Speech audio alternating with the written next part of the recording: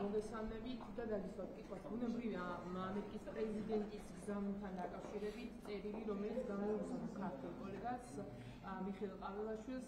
პირველ რიგში ბუნებრივია მინდა თქვენი პოზიცია მოსვიოთ ამ წერილის გზავნთან დაკავშირებით და აქვე გკითხავთ მეორე ნაწილით ეს კითხვის ამერიკის საელჩოს დონელის პოზიცია, რომ უნდათ შეხვედრა ბიზნესმენ ივანიშვილთან და ეს შეხვედრა არ შედგა.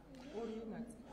უბრალოდ ყოველს ამის სასალმებელია ის მილოცვის წერილი, რომელიც პრეზიდენტ ტრამპისგან საქართველოს პრეზიდენტის მიხეილ ყაველაშვილის მისამართი იქნა გაგზავნილი და მილოცვასთან ერთად განსაკუთრებით მნიშვნელოვანია ეს შინაარსი, რომელიც ჩადებული იყო ამ მილოცვაში, სადაც ხაზგასმული იყო საქართველოს მთავრობასთან თანამშრომლობის სურვილი და სხვადასხვა სფეროში, მათ შორის ეკონომიკურ სფეროში თანამშრომლობის გაძლიერების სურვილი. ზუსტად ეს არის, სადაც ჩვენ საუბრობდით და ეს არის ვფიქრობთ კარგი სიგნალი. რაც შეეხება საელჩოს დღევანდელ პოსტს, რომელიც Facebook-ზე ვიხილეთ, პრეზიდენტ ტრამპის მილოცვის შემდეგ ეს განცხადება ცოტა არ იყოს უცნაური არის, ამიტომ ამასთან დაკავშირებით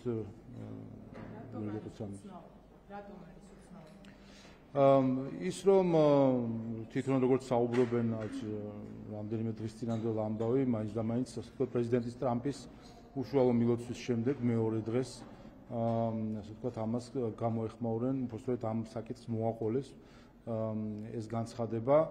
არ ვიცი სიმართლე გითხრათ რა მიზანი ჰქონდა ამ განცხადებას, ცოტა რთულია. ეს გზავნა რაც საქართველოს მიიღო ამ შეხვედრაში პრეზიდენტმა ტრამპისგან ნიშნავს თუ არა იმას, რომ რაღაც შეიძლება მოხდეს ურთიერთობებში და გადაითვისოს ურთიერთობები, იმიტომ რომ თქვენი პროგნოზი იყო, რომ ურთიერთობები ახალ ეტაპზე უნდა გადასულიყო. შეიძლება იყოს დასაწყისი ეს ურთიერთობების გადათვლა. დიახ, ზუსტად ამას ვსაუბრობთ. პრეზიდენტ ტრამპის გაცხადებული მიზნები რაც არის, ამ მიზნებს ეს მიზნები სრულად ემთხვევა იმ ხედვას, რომელიც ჩვენ გვაქვს და ეს მისი გაცხადებული მიზნები იწყება ამერიკის შეერთებულ შტატებში Deep State-ის დამარცხების მიზნიდან. ეს არის მისი პირველი მიზანი, რომელიც მან მთავარ ამოცანად დაისახა და მათ შორის მისი წარმატების საზომადაც დაისახა. ამ მხრივ ჩვენ მისი მხოლოდ გულშემატკივარი ვართ და უფრო მეტიც, ვინაიდან ვიცით, რომ რაც უფრო მეტად შესუსტება Deep State-ი, მით უფრო გაძლიერდება ამერიკას და საქართველოს შორის თანამშრომლობა. ეს არის პირდაპირ პროპორციული იქნება Deep State-ის შესუსტება საქართველოს-ამერიკის ურთიერთობების გაუმჯობესებასთან და პრეზიდენტ ტრამპის მილოცვა დამოუკიდებლობის დღესთან დაკავშირებით პრეზიდენტ ყაველაშვილის მიმართ ვფიქრობ, რომ არის ამის ერთ-ერთი კარგი სიგნალი.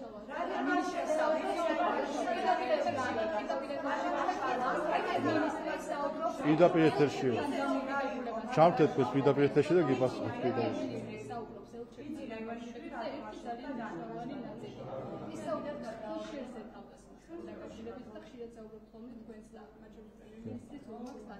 მაგალითად, როდესაც ფიშერთან დაკავშირებით მოხდა სიტყვების შეურაცხყოფა, ამას ზეადთან დაკავშირებით ამბობენ, რომ ეს არის სისხლის სამართლის საქმე, მაგრამ როდესაც მაგალითად ცალკეულ დეპუტატებზე ძიამოყობის საქმესთან დაკავშირებით მოხდა ეს ინციდენტი, ამაზე ამბობენ, რომ ეს არის პროტესტის ნაწილი. ამას ამბობენ თქვენი თანამდებლებიც და ამას ამბობს პრემიერი, რომ ორმოდი სტანდარტი არის ყველგან. ვფიქრობ, უფრო საქმე უფრო ცუდად არის, ვიდრე უბრალოდ ორმაგი სტანდარტი, ეს უბრალოდ კატეგორიზაცია. როგორც ჩანს, ზოგიერთებს კატეგორიებად ყავთ ჩამოყალიბებული ქვეყნები, არსებობს A კლასის ქვეყნები, არსებობს B კლასი, C და ასე შემდეგ. ალბათ კატეგორიებად არის ჩამოყალიბებული და აქედან გამომდინარე ის რაც მიუღებელი არის ბერლინში, მისაღებია თბილისში. მაგალითად გეტყვით, რომ გახსოვთ თქვენ, მე ამაზე გამოვაქვეყნე კიდევაც ვიდეო შედარება ბერლინში, როგორ ააფეთქეს მაშხალა შენობაში და ამის გამო ადამიანი დაიჭირეს სისხლის სამართლებრივად და თბილისში როგორ ააფეთქეს პარლამენტის შენობა, რაც უფრო მაღალი დაცვის სტანდარტის სარგებლობს და ამაზე გვითხრეს, რომ ეს არის მშვიდობიანი აქცია. ამიტომ ზოგიერთის თვალში კატეგორიებად არის სამწუხაროდ, როგორც ჩანს, ჯერ კიდევ სამყარო დაყოფილი. ეს მე-20 საუკუნის შეიძლება რაც ყუდებია შემორჩენილი ზოგიერთი პოლიტიკური ჯგუფების ტვინებში. რაც მინიმუმ მას შემდეგ რაც არსებობს გაეროს ქარტია და მას შემდეგ რაც არსებობს ადამიანის უფლებათა ევროპული декларация, ამის შემდეგ მაინც უნდა ყველას უნდა მიევიწყებინა, ასე ვთქვათ, სტანდარტიზაცია, უბრალოდ კატეგორიზაცია ქვეყნების. და ესეც კარგი მაგალითი არის, გუშინ პრემიერმაც ახსენა, მაშინ, როდესაც თავად ელჩი ესარჩლება ადამიანს, რომელიც ფიზიკურად თავს დაესხა პოლიციელს და აქაც ხაზგაუსვა, რომ ნებისმიერ ქვეყანაში და მათ შორის საქართველოში პოლიციელი უფრო მაღალი დაცვის სტანდარტით სარგებლობს და მაშინ, როდესაც გერმანიის ელჩი ესარჩლება პოლიციელზე თავდასხმას, ფიზიკურად თავდასხმას და ამბობს, რომ ის არ უნდა მის მიმართ არანაირი დევნა არ უნდა წარმოებდეს. მეორე მხრივ ადამიანი, რომელიც ის ვერბალურად შეაწუხა, ამ ადამიანზე გვეუბნება გერმანიის საგარეო სამინისტრო, რომ უნდა მოხდეს სისხლის სამართლებით დევნა.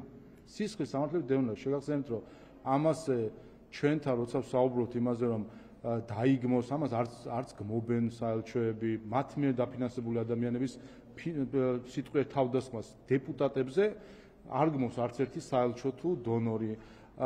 როდესაც საუბარი არის ადმინისტრაციულ სამართალდარღვევასთან დაკავშირებით, ასეთ ქმედების ამბობენ, რომ ეს რაღაც გადამეტებულია და თავად გთხოვენ სისხლის სამართლებით დევნას ადამიანის და ფიზიკური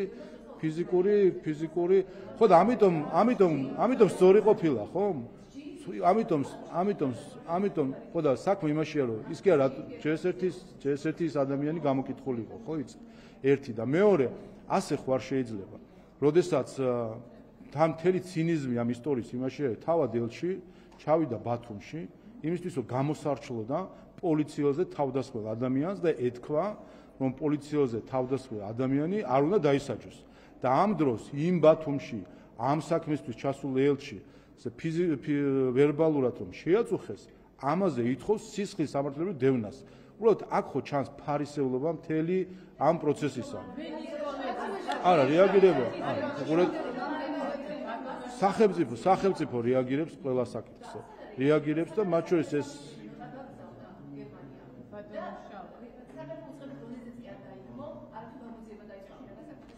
უყურეთ კიდევ ერთხელ ის ადამიანი გამოიკითხა და შინაგანების სამინისტროსგან გამოიკითხა კიდევაც და ეს მათი კომპეტენცია არის. უბრალოდ მთელი ცინიზმი იმაში არის, რომ ჩვენ გვიყიჟინებენ, რომ პოლიციელზე ფიზიკურად თავდასხმენი ადამიანი სასჯელის გარეშე იქნა, არა თუ გაშვებული, პირიქით ადამიანი გაგმირებული, არა უყურეთ, აგმირებენ გერმანიის ელჩი იჯდა პლაკატის წინ და აძლევდა ინტერვიუს, სადაც წერია, რომ თავისუფლება მზიას თუ არ ვსწრები, ანუ გმირად გვიცხადებს პოლიციელზე თავდასხმელს და თავად ამბობს, რომ ის ვინც ის ვერბალურად ასე ვთქვათ შეურაცხო ან შეაწუხა, არ ვიცით ზუსტად რა მოხდა, ეგეც არ ვიცით, ის კადრები მაინც ნანახი გვაქვს, ამაზე უნდა მოხდეს სისხლის სამართლებით დევნა. რეაგირებას რაც შეეხება, ეს არის სამართალდამცავი ორგანოების პასუხისმგებლობა. მე უბრალოდ მინდა ამის პოლიტიკური განზომილება გაჩვენოთ, თუ რამდენად უტიფარი არის ის ფარისევლობა, რომელსაც ხანდახან ვაწყდებით ხოლმე.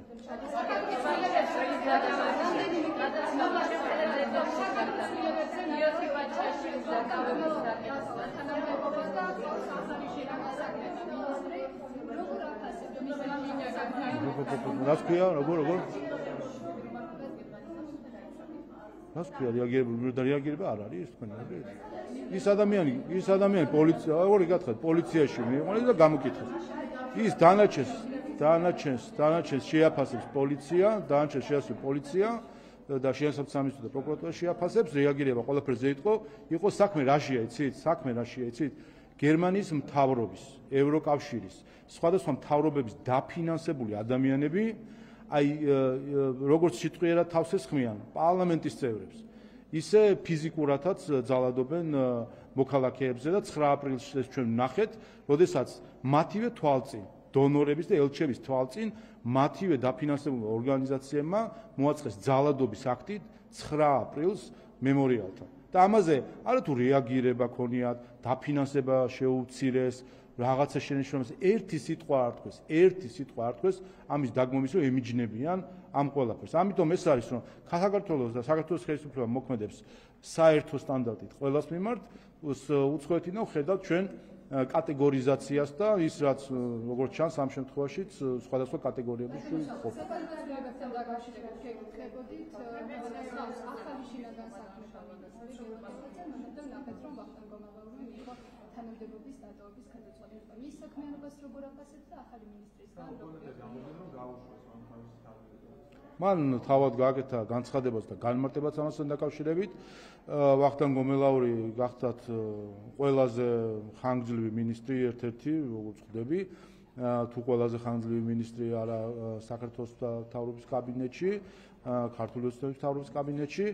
მას მიუძღვის განსაკუთრებული წვლილი იმაში, როდესაც ჩვენ საუბრობთ უსაფრთხო გარემოზე საქართველოში, საუბრობთ კანონიერების უზრუნველყოფაზე საქართველოში და განსაკუთრებით საუბრობთ იმაზე, რომ ზუსტად აი ამ არეულობების, რევოლუციების, მცდელობების, რომელიც გარედან იგეგმებოდა, რამხელა რესურსი, ფული, პროპაგანდისტური მხარდაჭერა მათ შორის გარედან იყო ამ ყველაფერში ჩადებული და მას მიუძღვის ასევე განსაკუთრებული წვლილი, რომ ეს რევოლუციები, რომელიც საერთო ჯამში მოწოდებული იყო ძალადობით ხელისუფლების შეცვლისკენ და ხედავდით ამის მცდელობებს, პარლამენტის შტურმებს და ასე შემდეგ, მოყოლებრივ ჯერ კიდე 2019 წლიდან ამ ყველაფრის გამკლავება უწევდა ბატონ ვახტანგ გომელაურს და ამას წარმატებითაც აკეთებდა არა მხოლოდ ასე ვთქვათ ამ მხრივ სტაბილურობის უზრუნველსაყოფად, არამედ ზოგადად კრიმინალთა ბრძოლის მხრივ. გიორგი ბაჩაშვილის დაკავებაზე გითხავთ. ეს ადამიანი ძებნილი გითხავთ, ეთერში ხარ ჩემთან და გიორგი ბაჩაშვილის დაკავებაზე სამართალ დამცველების მუშაობაც რომ შევეცდეთ. პირდაპირ ეთერში რაც ვარ, იქ არის უპირატესობა, ჩავთეთ პირდაპირ ეთერში და თქვენ გიტასვათ.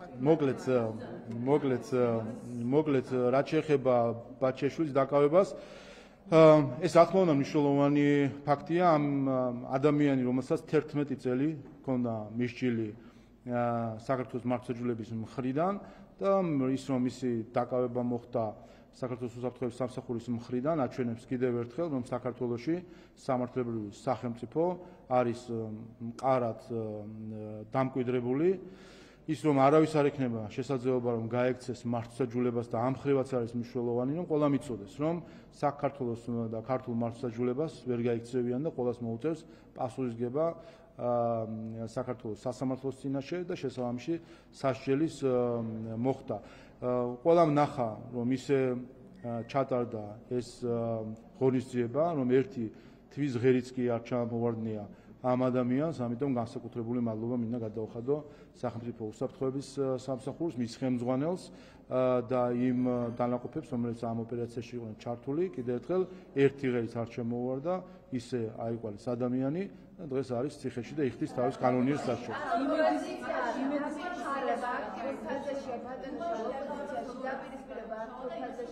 ვიკამერიამ გამოაქვეყნა სოციალურ მედიებში ვიდეო, სადაც საზოგადოებას უსვამდა კითხვას, თუ მისცემდნენ ახალგაზრდებს ან გამხარიას ხმას. რას ნიშნავს ეს უძია დაპირისპირება? ორი პლატფორმაც იკვეთება. აქეთ ბურჭულაძის, იქეთ სალომე ზურაბიშვილის და მათი პლატფორმებით რა როლს თამაშობს.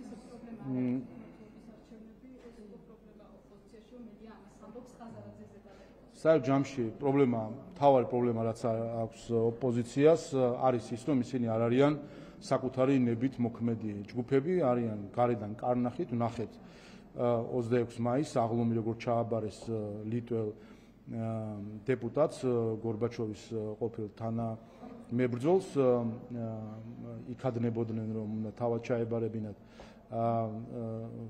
სალომე ზურაბიშვილს და სხვებს აღლომი და საბოლოო ჯამში სალომე ზურაბიშვილმა და მისმა გარემოცვამ აღლომი ჩააბარეს ლიტველ გორბაჩოვის თანამებრძოლ ადამიანს.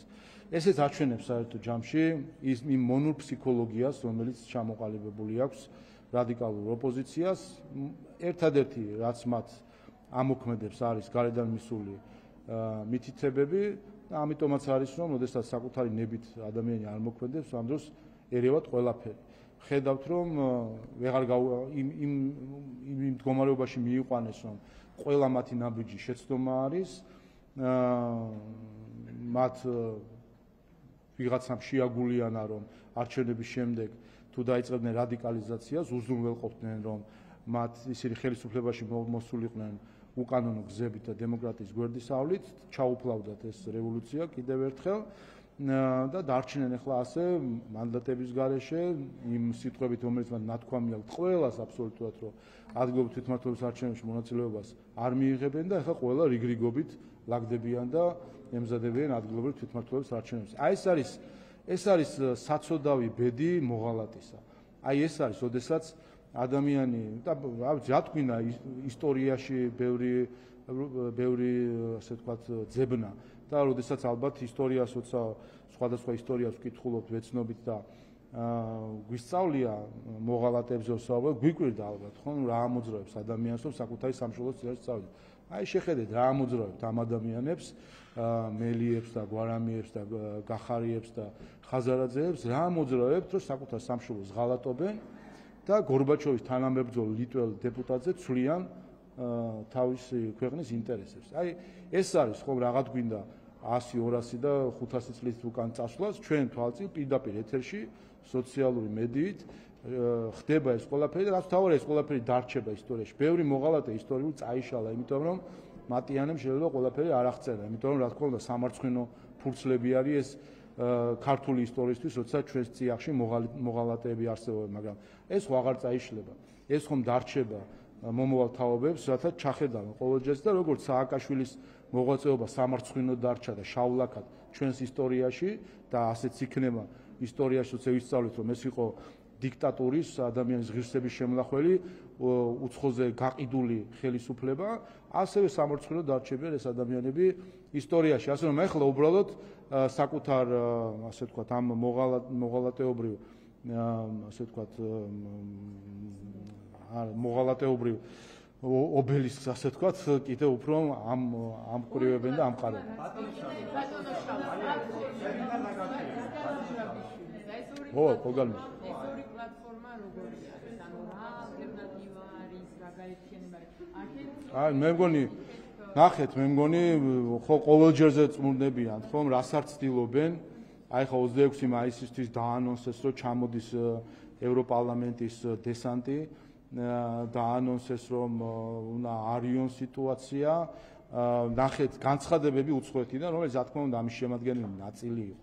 როდესაც თავზე ახდებიან, ასე ვთქვათ, რეალობას და ნახეთ ის მათ შორის მე ერთ განცხადებას ვთქვი კიდევაც რომ ეს სამარცხვინო თავდასხმა იყო 26 მაისს ჩვენ დღესასწაულზე.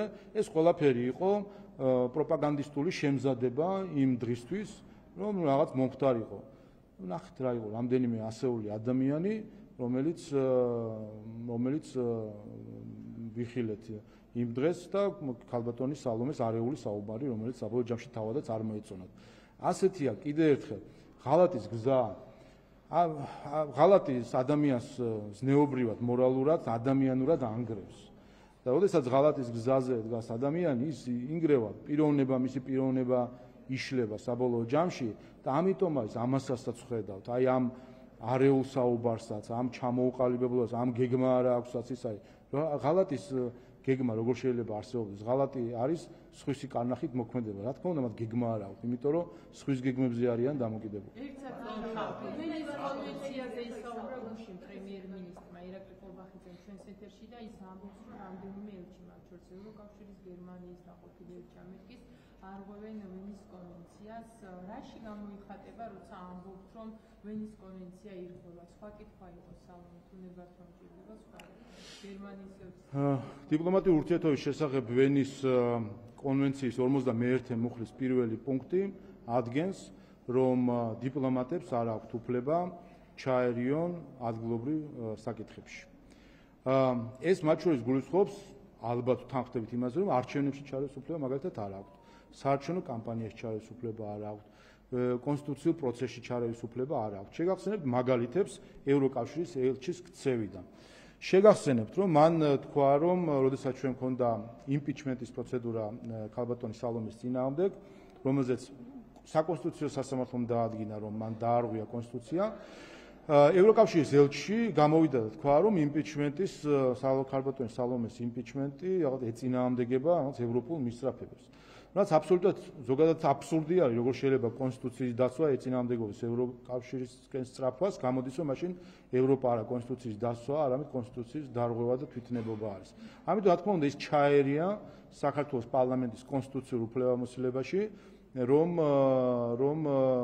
ებსჯელა იმპიჩმენტთან და არავინ ეკითხება ევროკავშირის ელჩს საქართველოს პარლამენტის საკუთარი ქვეყნის პრეზიდენტს იმპიჩმენტზე რა გადაწყვეტილებს, ეს არ არის არც მისი როგორც ელჩის კომპეტენცია და ეს არის პირდაპირ დარღვევა ვენის კონვენციის 51 მუხლის პირველი პუნქტისა. მეორე, ბატონმა ჰერჩინსკიმ გააკეთა კომენტარი ქართული ოცნების საარჩევნო ბანერებთან დაკავშირებით, სადაც შედარებული იყო ის თუ რა იქნებოდა საქართველოში იმ შემთხვევაში, თუ კი აი ეს რევოლუციები, რომლებსაც ასე უყიჟინებდნენ, განხორციელებოდა და იქნებოდა ხელისუფლებაში ნაციონალური მოძრაობა და მისი დამქაში NGO-ები. აი როგორი ნგრევა იქნებოდა საქართველოში. გამოვიდა ბატონი ელჩი და ამაზრზენი უწოდა ამბებს. არავინ ეკითხება უცხო ქვეყნის ელჩს ქართული ოცნება თუ ნებისმიერი პარტია რა საარჩევნო კამპანიას ეწევა. რა თქმა უნდა, ის ამით ჩაერია საარჩევნო კამპანიაში ქართული ოცნების წინააღმდეგ, რაც არის ვენის კონვენციის 51 მუხლის პირველი პუნქტის დარღვევა.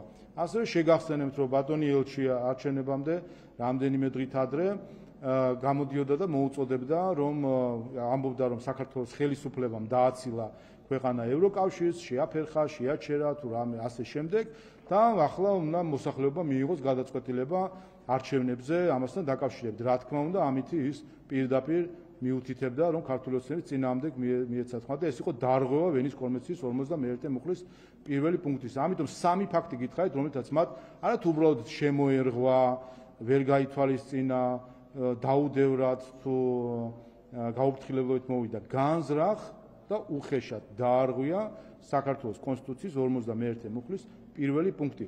რაც არის როგორც საერთაშორისო სამართლის დარღვევა, ასევე არის დიპლომატის პროფესიული ეთიკის დარღვევა. მაგრამ ამაზეც მიდიან როგორც ხედავთ სამწუხაროდ.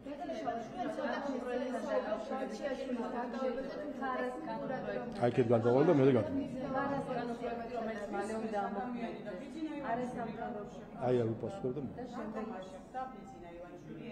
ამაზე თქვენ თქვით წერილთან დაკავშირებით, მაგრამ ჩვენ გვაინტერესებს მიზეზი, როგორც ვიცით, დანიგანს უნდა გადაეცა ბიძინა ივანიშვილისთვის ტრამპის ადმინისტრაციის გზავნილები, თუმცა ივანიშვილმა უარი თქვა შეხვედრაზე. რატომ თქვა ივანიშვილმა დანიგანთან შეხვედრაზე უარი? აგირებით აი ამას გადაგეკითხებით, რომ თქვენ ამბობთ აი განაცხადეთ კომუნიკაცია მომდამასთან ერთად გადაცემაში, რომ ჩვენ რომ გითხოთ გამიგოთ რა უნდათ ამერიკელებს ჩვენ და ამას ვერიგებთ. რაც შეეხება ბიძინა ივანიშვილთან დაკავშირებულ კითხვას, ის თუ საჭიროდ ჩათვლის თავად გააკეთებს ამაზე განმარტებას საკითხთან დაკავშირებით.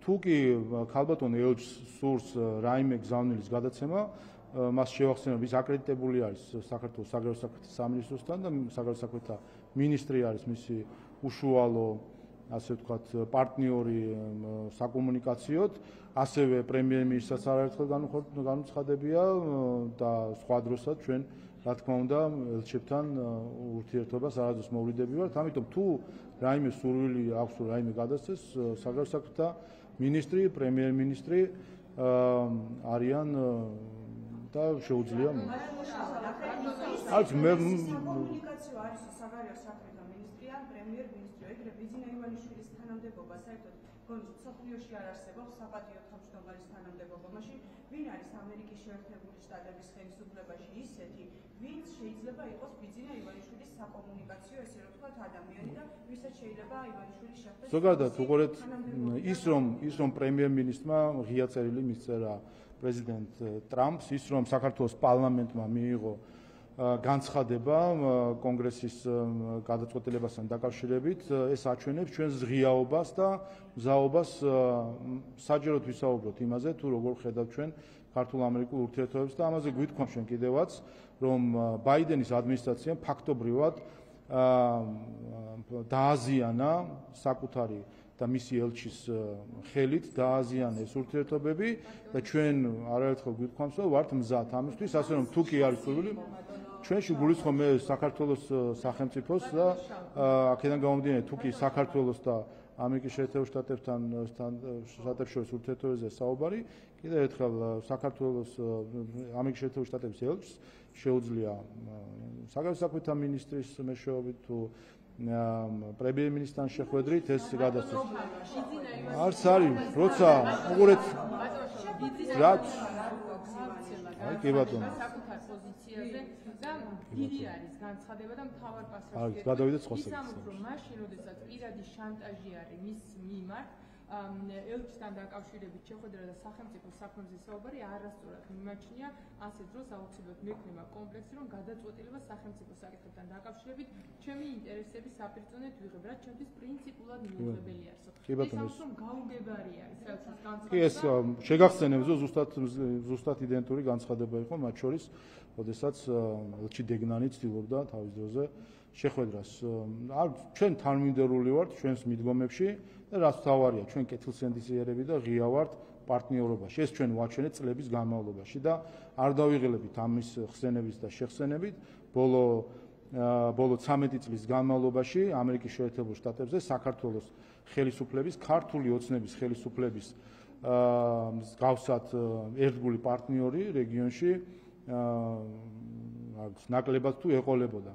მათ შორის იმით, რომ ჩვენ ვიყავით მთავარი გვერდში მდგომი, როდესაც ავღანეთის მისია იყო საჭირო, როდესაც ნატოს წევრების უმეტესობა დაიმალა და გაიქცა ომს, ტყვიას და დენთის სუნს, აი იქ ვიყავით ქართველები და იქ დაუდექით გვერდში ამერიკის შეერთებულ შტატებს, არა მხოლოდ როგორც სამხედროები და სამხედრო ძალით, არამედ მათ შორის ამითი ფინანსური შეღავათიც გავუკეთეთ ამერიკის შეერთებულ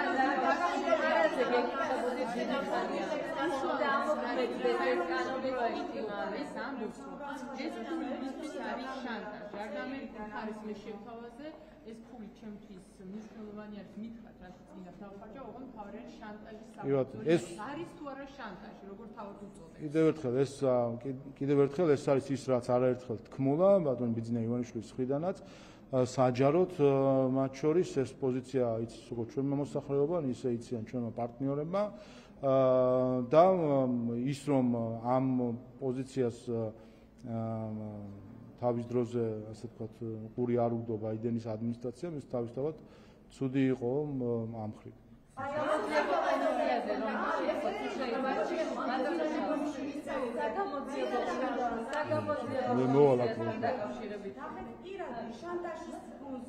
ჩემთვის ერთხელ შეხვედრა და სახელმწიფო საქმეებზე საუბარი არასწორად მიმაჩნია. ასეთ დროს აუცილებლად მექნება კომპლექსი, რომ გადაწყვეტილება სახელმწიფო სხვა კითხვა მოგცემ. ხოდა კითხვა გადავა. კითხვა. ბიძინა ივანიშვილი პირდაპირ ამბობს, რომ ან მას არ შეუძლია სახელმწიფო საკითხებთან დაკავშირებით ჩემი პირადი ინტერესების საპირწონედ მივიღო რაიმე, ან სახელმწიფო ინტერესების წარმოდგენა არ შეუძლია ბიძინა ივანიშვილის საკუთარი პირადი ფინანსური მდგომარეობიდან გამომდინარე. თქვენ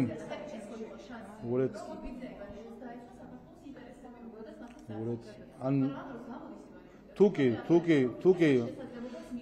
ამერიკის შეერთებულ შტატების ელჩს სურს რაიმე გზავნილის გადაცემა საქართველოს სახელმწიფოსთვის, არის საგარეო საქმეთა მინისტრი, არის პრემიერ-მინისტრი და არავის შეუზღუდია რომ შეხვდეს მას და არ შეუთავაზებია როგორც ხდება.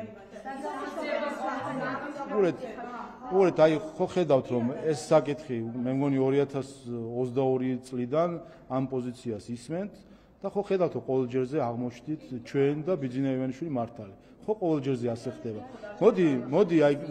მოდი გამოცდილებას დავეყნოთ და ნახოთ თუ 2022 წელს ეს პოზიცია გაჟღერდა და მართალი აღმოჩნდით. 23-ში მართალი აღმოჩნდით, 24-ში მართალი აღმოჩნდით. ალბათ რომ ეს 25-ში მართლები ვართ. ესეც ხომ ასე არის. ამიტომ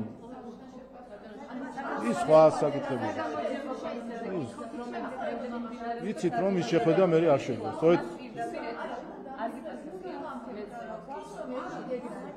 საგამოძიებო კომისიის მნიშვნელობასთან არც ირაკლი კობახიძე ახსენა, არც ნაკაბოჟოშვილი მოითხოვა ბიძინა ივანიშვილთან შეხვედრა. ეს სწორედ იმის დასტური ხო არ არის, რომ არ აღიარებს ეს მთავრობას ლეგიტიმურ მთავრობას. უბრალოდ ეს მას უნდა კითხოთ, რაც შეეხება საქართველოს ხელისუფლებასა და ამერიკის ხელისუფლებას შორის ურთიერთობას, ჩვენ ვიხილეთ პრეზიდენტ ტრამპის წერილი და მე მგონი პრეზიდენტ ტრამპის წერილი უფრო ცოტა მეც ნიშნავს ვიდრე სხვა რაიმე საკითხი. მე არ ვიცი ეს მას უნდა კითხოთ ვისთან უნდა შეხვედრა ვისთან არ უნდა და ვისთან რატომ უნდა და ვისთან რატომ არ უნდა ეს მას უნდა კითხოთ მე არ ვიცი ხა მას შეხვედრები მათ შორის საგარეო მინისტრთანაც აქვს ხოლმე ასე რომ ესეც არ ეყო საჭიროება საგამოძიებო კომისიის ხედავთ ჩვენ რომ პირდაპირ ტრანსაქციით საზოგადოება უყურებს იმის ნორმის დღესაც გაიმართა რამდენად მნიშვნელოვანი არის და მანდის გაფართოების დროებით საგამოძიებო კომისიამ უკვე 30 სხდომა ჩაატარა 100-ზე მეტ პირს მოусმინა და რამდენიმე გამონაკლისს თუ არ ჩავთვლით გიორგი გახარიას თუ სხვა რამდენიმე პირს შეიძლება ჩვენ ალბათ 100 ადამიანის ტრაგიკული ისტორია მოვისმინეთ.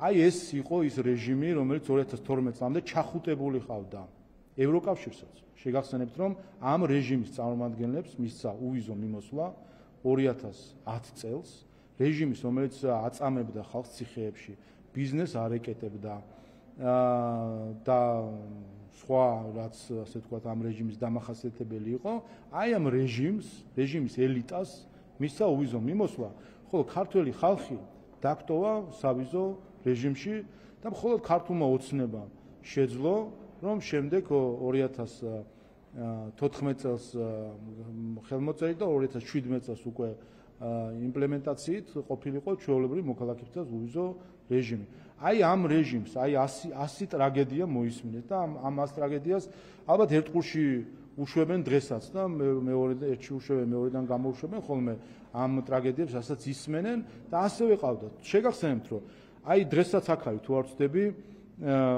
გორბაჩოვის თანამებრძოლი რასა იუკნევიჩიანი დღესაც თბილისში არის.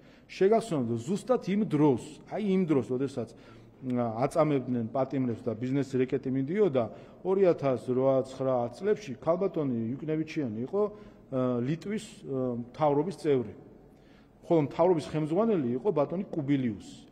აი ლიტვა მაშინ რომელიმე განცხადება გახსოვთ ქალბატონი რასასი როგორც ლიტვის მთავრობის წევრის ან მისი პრემიერ-მინისტრის რამე განცხადება გახსოვთ რომ წამება დაეგმო საქართველოში მედიის მიტაცება დაეგმო ან რამე ეს ხალხი არა თუ იხუტებდა იმ ხალხის წახალისებული იყო ზუსტად და იმ ხალხის შემოქმედება იყო მიხეილ სააკაშვილი. ამიტომ ახლა ეს კომისია ეხება მათ შორის მიხეილ სააკაშვილის მფარველებს. სინამდვილეში მათაც ვახედებს საკუთარ სარკეში როგორი დიქტატორული რეჟიმი შეგვიქმნეს 21 საუკუნეში ქართულ ხალხს ევროპელებმა და მათ შორის ზოგიერთმა ამერიკელმა რომელიც მიხეილ სააკაშვილის მფარველი არის დღემდე და დღემდე ქვეყანას აწვალებენ სააკაშვილის ხსენებით. ამიტომ ეს კომისია თავის საბოლოო ვერდიქტს და ასე ვთქვათ ანალიზს დადებს და ყველა კიდევ ერთხელ უკვე ფაქტებზე დაფუძნებთ. ყველას დაულაგებთ ფაქტებს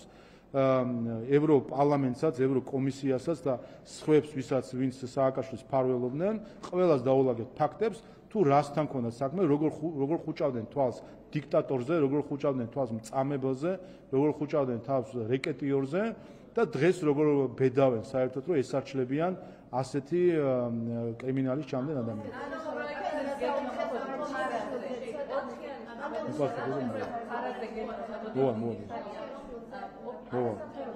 აი სულ სამნი დავჭით და მოვჭით.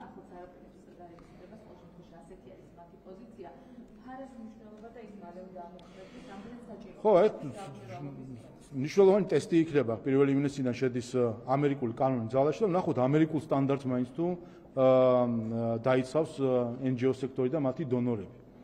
აგერ არის ამერიკული სტანდარტი, აგერ არის ამერიკული კანონი, ვნახოთ ერთი ისინი ფარისევლობდნენ, როდესაც რაღაც ნორმები არ მოსწონდან, თუ რაიმე რეალური შენიშვნა ქონდათ.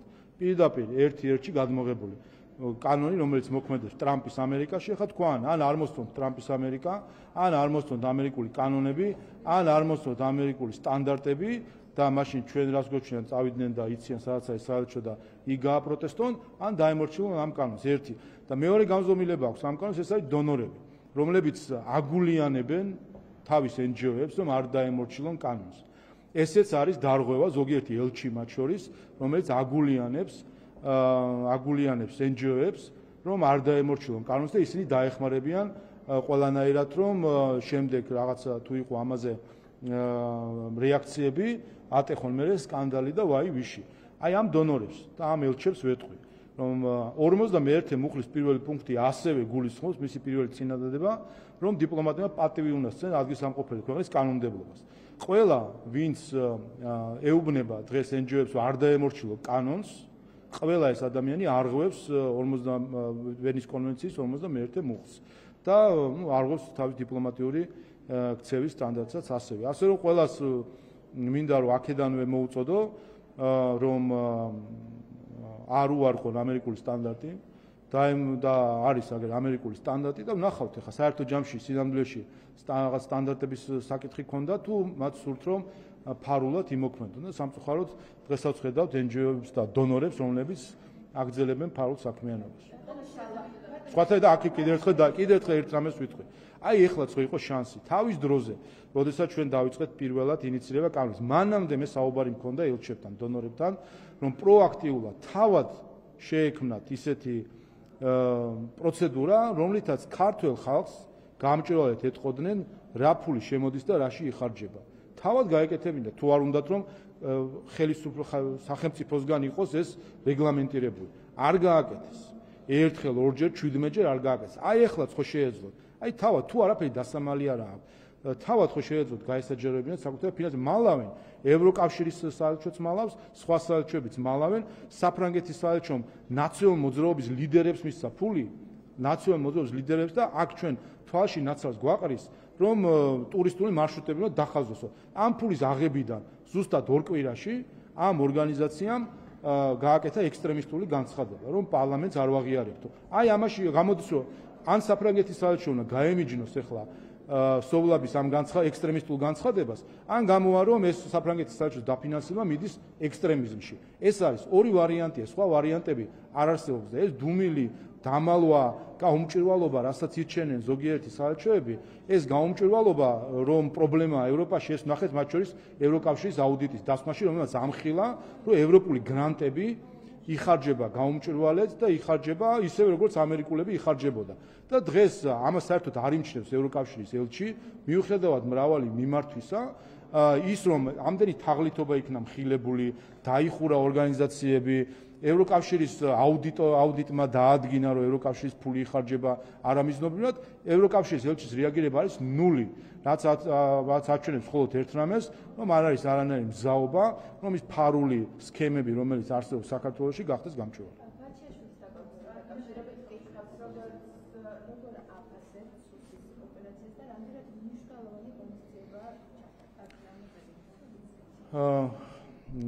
რაც შეეხება ბაჩეშვილის დაკავებას, უბრალოდ ყოვლისა ეს აჩვენებს, გავიმეორებ კიდევ ერთხელ, რომ საქართველოს როგორც სამართლებრივი სახელმწიფო შედგა 11 წელი აქვს ამ ადამიანს ჰქონდა მის ჯილი და ემალებოდა ქართულ მართლმსაჯულებას და ამ ღონისძიებით ახსოვდა მართლმსაჯულება და საქართველოს აჩვენა, რომ ის არის არა მხოლოდ სამართლებრივი სახელმწიფო, არამედ უმაღლესი სტანდარტებით მოქმედი სამართალდამცავი ორგანოებით, ის რომ ერთი ღერით მისა არ ჩამოვარდნია ამ ადამიანს ისე მოხდა მისი დაკავება, აჩვენებს თუ როგორი პროფესიონალიზმით მუშაობს ჩვენი უსაფრთხოების სამსახური და რამდენად სტანდარტების შესაბამისად მუშაობს ჩვენი უსაფრთხოების სამსახური. და კიდევ ერთხელ ეს არის შეხსენება ყველასთვის, ვინც კანონის წინააღმდეგ მიდის, რომ მართლმსაჯულება ყველას მიმართ დადგება.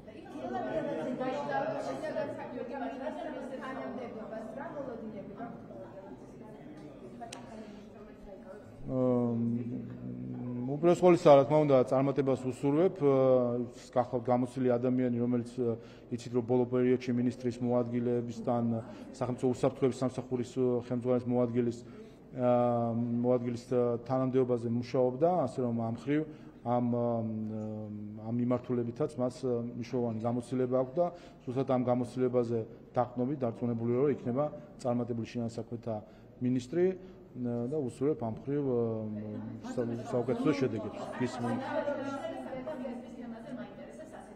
აი ხო.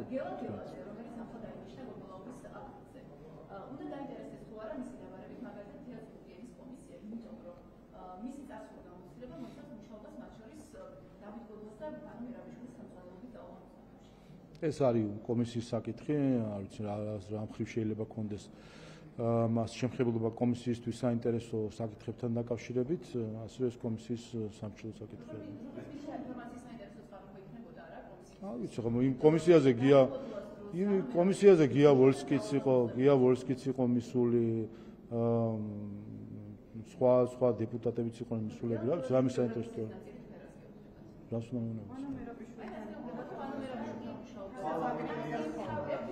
მოვინახოთ? 2000 ბატონი გელაძე 2012 წლიდან არის სხვადასხვა თანამდებობებზე, მათ შორის ძალოვან უწყებებში და ამ მხრივ მხოლოდ წარმატებული აქვს საქმიანობა. გასაგებია ამ ქვეყნის მოქალაქეები ვართ ბევრი.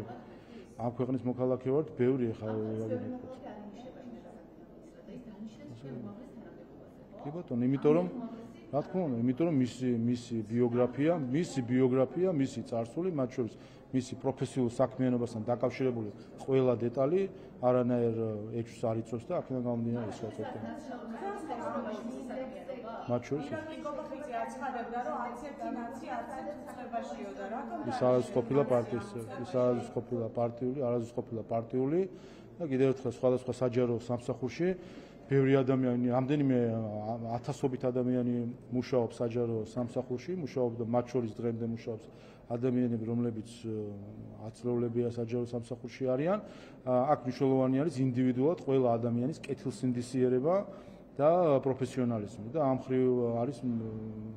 მხრივ მიიღება გადაწყვეტილება.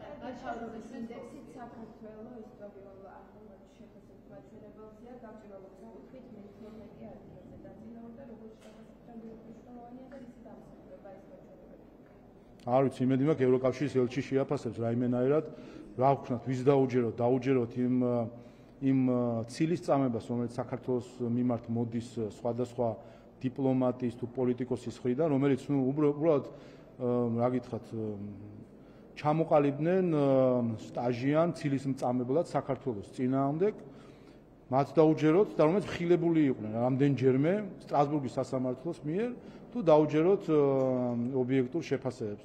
ჩვენ მაინც ვარჩევთ ობიექტურ შეფასებებს დაუჯეროთ და სტრასბურგის სასამართლოს დაუჯეროთ და აქვე კიდევ ერთხელ შეგახსენებთ, ვინაიდან ახლა ესეც მიმდინარე თემა არის ჯაფარიძეს დაკავებასთან დაკავშირებით, აგერ ნიკა მელიაც უარს ამბობს, რომ გადაიხადოს გირო. ახლა მართალია ხატოვანი გამოთქმა არის, რომ იგივე კინოს გვაჩვენება, მართლა იგივე კინოს გვაჩვენებენ. 4 წლის წინ დაიწყო კინო 2021 წლის თებერვალში, როდესაც ნიკა მელიამ უარი განაცხადა გირაოს გადახდაზე და ამის გამო მოხდა მისი პატიმრობით შეფარდება. ლიტვის ელჩი მივარდა პირდაპირ ამ სიტყვის მნიშვნელობით მივარდა ნაციონალურ მოძრაობის ოფისში, სადაც გამაგრებული იყო ნიკა მელია და არ ემორჩილებოდა პოლიციას და არ აპირებდა. აი ხო და უყურეთ არ აპირებდა რომ ჩაბარებოდა პოლიციას. ლიტვის მაშინდელი მივიდა და სოლიდარობა გამოუცხადა კრიმინალს. ანუ ევროკავშირის წევრმა ელჩი წარმოადგენს თავის ქვეყანას, ანუ ევროკავშირის წევრმა ქვეყანამ სოლიდარობა გამოუცხადა კრიმინალს. წარმოგიდგენიათ რა დონეზე არის ევროპული ღირებულებები ამ საელჩოს მაგალითზე, ხომ? გამოუცხადა, რა ქვია, სოლიდარობა. შემდეგ დაკავების შემდეგ ბრიტანეთის ელჩი შეშფოთდა, დანიის თუ ნორვეგიის ელჩი შეშფოთდა. ლატვია, ესტონეთს არ ვიტყვი, ვინაიდან ისინი ზოგადად შფოთავენ საქართველოსთან დაკავშირებით. ყველამ, ასე ვთქვათ, დაგუგმო, გაგკიცხა 3 წელი, ესე იგი, არ დაიშურეს არანაირი ენერგია, რომ საქართველოს რეპუტაცია შეელახათ ნიკა მელიას საქმესთან დაკავშირებით. მე პირადად მაშინ რომ მიწევდა სხვადასხვა ვიზიტები, მათ შორის ბრიუსელში, მახსოვს, რომ ესე იგი, აი ამ თემას არ უნდათ რომ გაცდენოდნენ ზოგიერთი ევროპარლამენტარი, რომ მელია გაუშვი, არ გაუშვი, იყო მართალი თუ არ იყო მართალი. 3 წლის თავზე, 2023 წელს, სტრასბურგის სასამართლომ თქვა, რომ ლიტვის ელჩი იყო მტყუანი, რომ ის ადამიანი ლიტვის ელჩი რომ მივიდა, ეს ადამიანი ცილს წამებდა საქართველოს სახელმწიფოს, რომ თითქოს იქ ხდებოდა რაღაც უკანონო. რომ ბრიტანეთის ელჩი ცილს წამებდა საქართველოს, რომ ნორვეგიის ელჩი ცილს წამებდა საქართველოს და სხვები ვინც ამას ეს თქვა პირდაპირ სტრასბურგმა. შავი თეთრზე დაწერა, რომ საქართველოს მისი მართლმსაჯულები იყვნენ მართლები და თქვენ ელჩებოდა, ევროკავშირებოდა, მისო წევრო ქვეყნებო, თქვენ იყავით ყველა მტყუანიო. თქვენ გინახავთ ლიტვის ელჩი, რომ გამოსულა ბოდიში მოეხადა, ის ძველი ელჩი ჯერ კიდე ადგილზე იყო, როდესაც სტრასბურგის სასამართლო გამოვიდა, ეხლა ახალი ელჩია. ის ელჩი გამოვიდა ბოდიში მოეხადა. ბრიტანეთის ყოფილი ელჩი ადგილზე იყო, როდესაც სტრასბურგის სასამართლოს გადაწყვეტილება გამოვიდა, ბოდიში თქვა, რომ საქართველოს ხელისუფლება ბოდიში, რომ თქვენს წინააღმდეგ ცილის წამებას ვაწარმოებდი. აი ეს ბოდიშსაც კი არ მოიხდია. აი ახლა ხო არ ვიცი ახლა უყურეთ ხო რო შეხედო ну აბა რა უნდა გქონდეთ ხა სამართლებრივად შეხედეთ რა ხდება არის გირაო ხო ერთ-ერთი არის უმარტივესი კაზუსია ხო არის საკითხი არის გირაო თან ეს გირაო იმას კი არ ნიშნავს რომ ვიღაცამ ესე ფულები უნდა ატაროს ასე ვთქვათ და რიცხოს ბანკებში აგერ ნახეთ გიორგი ვაშაძემ უძრავი ქონება ასე ვთქვათ გარანტიად ჩადო არავინ არ თხოვს ასე ვთქვათ ფულის დარება საკეთიკი აი მარტივი საკითხია როგორ ზუსტად მეორდება ერთ-ერთი იდენტური საკითხია არის გირაოს თუ უზრუნველყოფ არანაირი წინასწარი პატიმრობა არ არსებობს თუ არ უზრუნველყოფ მაშინ სავარაუდოდ შეიძლება იყოს ეს არის სტანდარტი და პრაქტიკა აი დღეს გამოვიდეს ახლა აი ბრიტანეთის ელჩი გამოვიდა უნდა ინგლისურად თქვას უნდა ქართულსაც ხედავთ რომ ეჭიდება და შეუძლია ქართულადაც თქვას და მოუწოდოს ნიკა მელიას რომ გადაიხადოს გირაო ან უზრუნველყოს თუ არ გააკეთებს ამას აი ხვალ თუ იქნება მსჯელობა იმაზე რომ პატიმრობით შეეფარდოს თუ არა არც ხვალ თუ ზეგარი როცა არის მსჯელობა ამაზე და თუ კი გადაწყვეტილება იყო მსგავსი როგორც ზურაბ ჯაფარიძის შემთხვევაში და ანალოგიური შემთხვევა არის აი მე რო გამოვა აქედანვე წინასწარ აი მე რო გამოვა ბრიტანეთის ელჩი რო გამოვა ლიტვა ლატვია ესტონეთის ელჩები სხვა ელჩები რო გამოვლენ აი ყველას თუ საჯაროდ იტყვიან ჯერ ბოდიში მოიხადონ წინაზე რო ცილის წამება იყო საქართველოზე მელიას წინა შემთხვევა ჯერ ბოდიში მოიხადონ თქვენ რომ შეგვეშალა შევრცხვით ქართულ ხალხის წინაშე ბოდიში ვიხდით ამ ყველაფრისთვის და მე იგივე წრეზე წავიდნენ და მე 3 წლის შემდეგ კიდე ბოდიში მოგხა კი ბატონო მე იმ წრეზე წავიდნენ მაგრამ ჯერ ბოდიში მოიხადონ რაც გვაკადრეს ქართულ სახელმწიფოს ნიკამელიას წინა შემთხვევის შესახებ ასე არ არის უპასუხისმგებლო ჩახვიდე ქვეყანაში არისო სიტუაცია ცილის წამო იმ სახელმწიფოს აბრალო თითქოს ადამიანებს ციხეში ხრის ყოველგვარი საფუძვლის გარეშე მე გამოხვიდე და ისაუბრო რაღაც ღირებულებებზე რომელიც სინამდვილეში რომელსაც სინამდვილეში არ მისდევ ბოლო და ის არის ხება შეხედა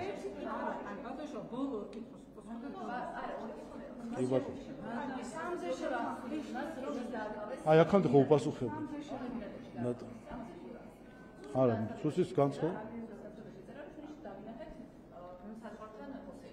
და ჩვენ ემირატებს ვესაზღვრებით თქვენი აზრით ხო და ანუ სად დააკავეს და სადახლო ემირატებშია ანუ აქედან დასკვნა სად დააკავეს როგორ ცელდება სუსის ინფორმაცია ამ წუთას თქვი და გარდიანმა დააკავა კარგით ხო გარდიანი რომელიც აფსერებს ჯერ ესეთი კრიმინალის ინტერვიუს რო ავრცელებს ეს კიდევ ერთხელ აჩვენებს საერთოდ რომ ეს დიდი ალბათობით ნაყიდი სტატია არის იცით რომ მილიარდები აქვს ამ ადამიანს მოპარული და როგორმე ალბათ 1-2 კრიპტოვალუტა ჩაურიცხა ვიღაცას დიდი ეჭვი მაქვს და გონივრული ეჭვი ეს არის ნაყიდი სტატია კრიმინალთან თუ სხვა რა ინტერესი უნდა ქონოდა გარდიანს ვიღაც ქართულ კრიმინალთან დაკავშირებით. რაც შეეხება მის დაკავებას განცხადება მოისმინეს სუსის რაც არის და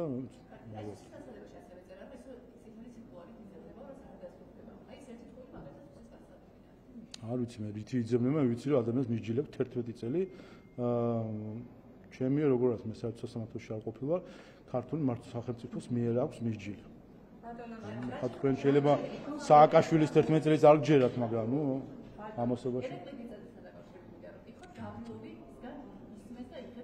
ერეკლი გეცეს პერფორმანსი გახსოვთ ოპენიარიდან სადაც მუსიკის დროშის დაკავშირებული პერფორმანსი გამლოვი აქ ეს ირაკლი ყოლახიძეს აი ეს როგორ შეიძლება რომ შეხასდეს და უხერხული უნდა იყოს თუ არა ეს ქვეყნის და თქვენი პარტიის ლიდერისთვის ჩვენს პოლიტიკას არ ვაწყობთ სხვა ქვეყნების წარმომადგენლების განცხადებას. მე მგონი ეს არის მთავარი ჩვენი მთავარი ღერძი ჩვენი პოლიტიკისა ხო ეს არის და განსაკუთრებით ბოლოს 3 წლის განმავლობაში ხო ამას ხედავს ქართული ხალხი რომ მნიშვნელობა არ აქვს გეოგრაფიულ მიმართულებას საიდან არის ესა თუ ის განცხადებები. ჩვენ მოქმედეთ მხოლოდ ქართული ხალხის ინტერესებით მხოლოდ იმ ამოცანების მიხედვით, რომელიც ჩვენი ეროვნული ამოცანები არის.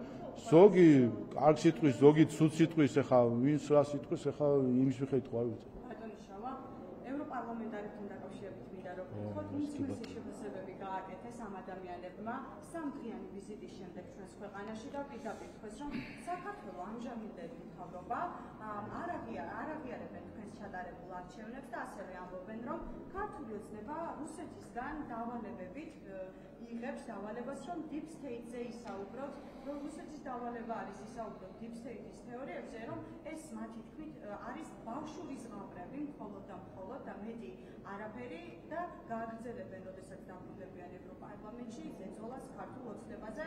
რას ფიქრობთ თქვენ ამ უწევეს განცხადებებზე და შესაძლებელია უბრალოდ პერიოდში დამოუკიდებლობის რეზოლუცია, სადაც იქნება საუბარი უპირველეს ყოვლისა, მე სადამ ეს დელეგაცია ჩამოვიდა, რომელიც ქალბატონი რასა იუკნევიჩენის შეკრული არის.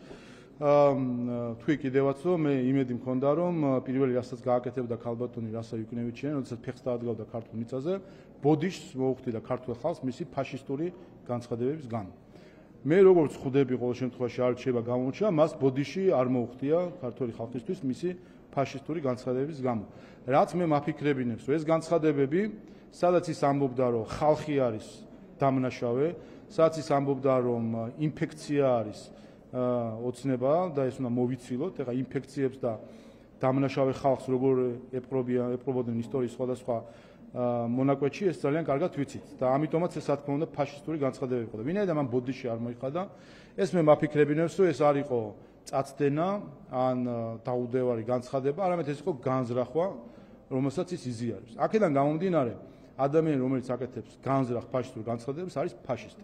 შესაბამისად, ფაშისტი ადამიანის რაიმე განცხადებებზე კომენტარი გამირთულდება და მე მგონი საჭიროც არის, უბრალოდ ჩვენ ამის მორალური შეფასება უნდა გავაკეთოთ დღეს იქით, რომ ქალბატონი იუკნევიჩიანი ჩამოყალიბდა ქართველების მიმართ ფაშისტ ადამიანად. რეზოლუციას ელოდებით, სადაც რა თქმა უნდა, მე გამიკვირდება, რომ რაიმე რეზოლუცია არ იყოს, ისე შეჩვეული ვართ, რომ არ ხდება არაფერი ევროპარლამენტში, ცოტა გვიკვირს ხოლმე. რა თქმა უნდა, ეს იქნება. კიდევ ერთხელ, სააკაშვილის მეგობარი აპრიორი ვერ გახდება საქართველოს მეგობარი.